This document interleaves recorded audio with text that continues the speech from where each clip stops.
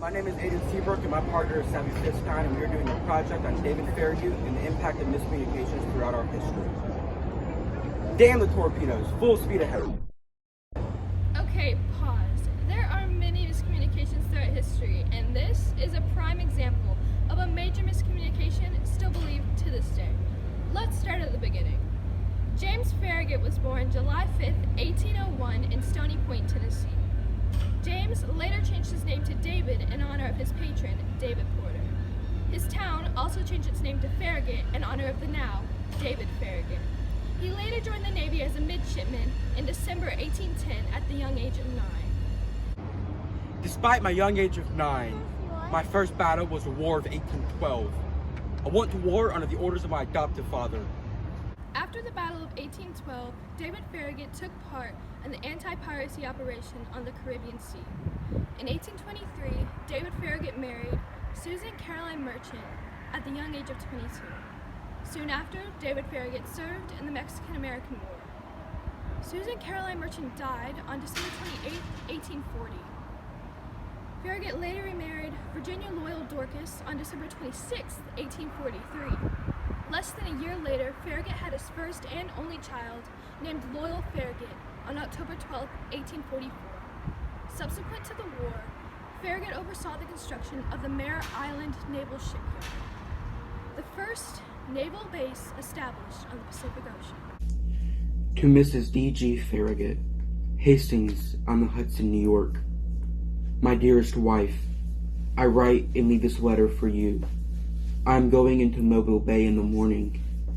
If God is my leader, as I hope he is, and in him I place my trust, if he thinks it is the proper place for me to die, I am ready to submit to his will, and that as all other things.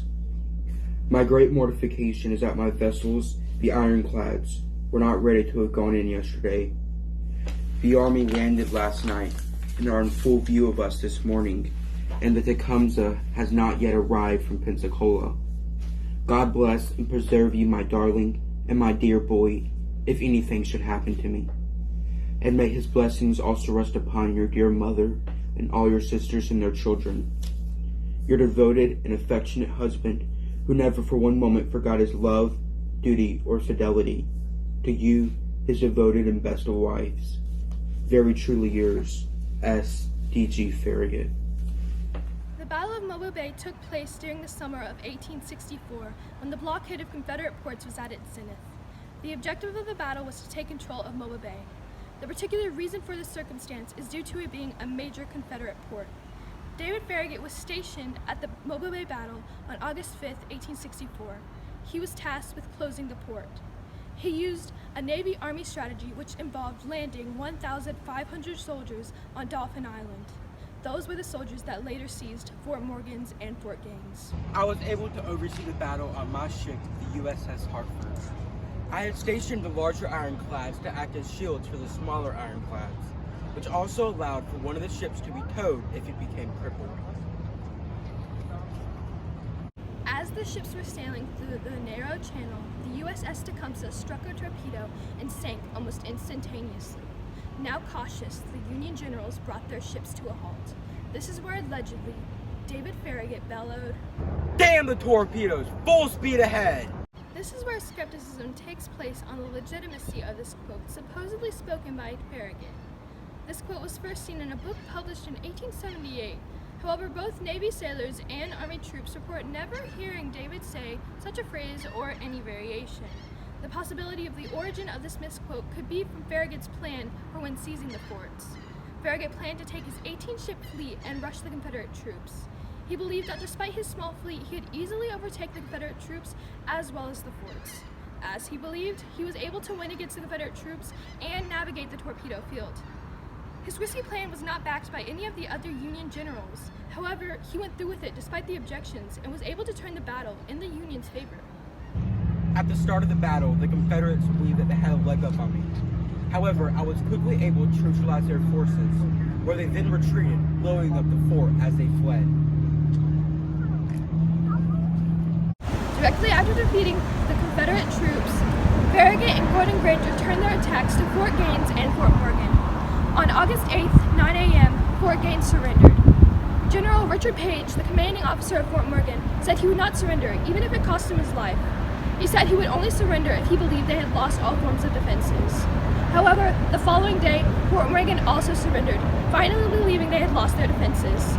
The Union took 1,400 prisoners and 100 pieces of artillery. After successfully seizing control of the fort's Mobile supplies were cut off, and on March 24th, the Confederates evacuated Mobile. At this point, the war ended, with Farragut playing a huge role at the end of the war. During the battle, he wrote to his wife. To Mrs. D. G.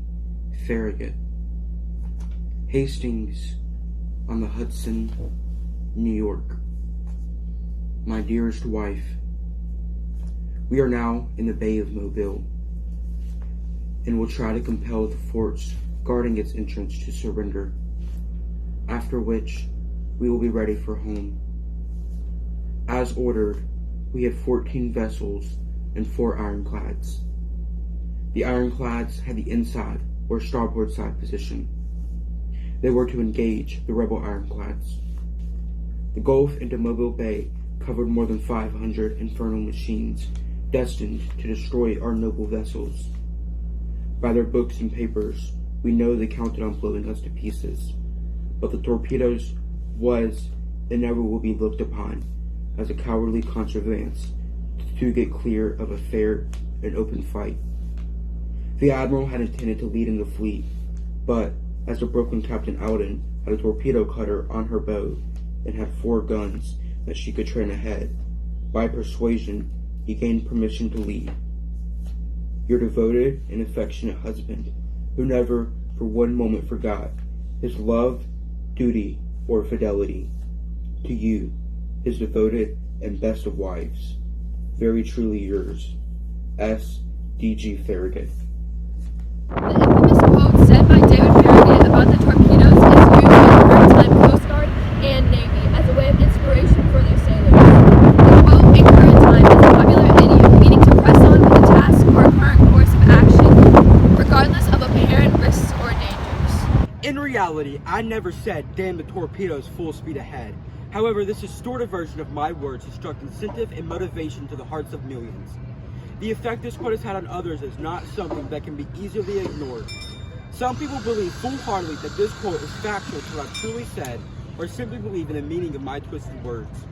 The United States Navy and the United States Coast Guard have used this quote for many years as a way to encourage and influence their sailors to go above and beyond in battle. And if my words, whether true to what was said on that fateful day or not, can drive others to better themselves, then that's something to be proud of. David Farragut died August 14, 1870, only 16 years after the Battle of Mobile Bay. The cause of death was a heart attack at the age of 69 in Portsmouth, New Hampshire. Farragut's impact on this world will never be forgotten, even if the most impactful thing thought to be said by him was never actually spoken. However, another famous quote that was actually said by Farragut was, "The best defense is a well-directed fire from your own guns."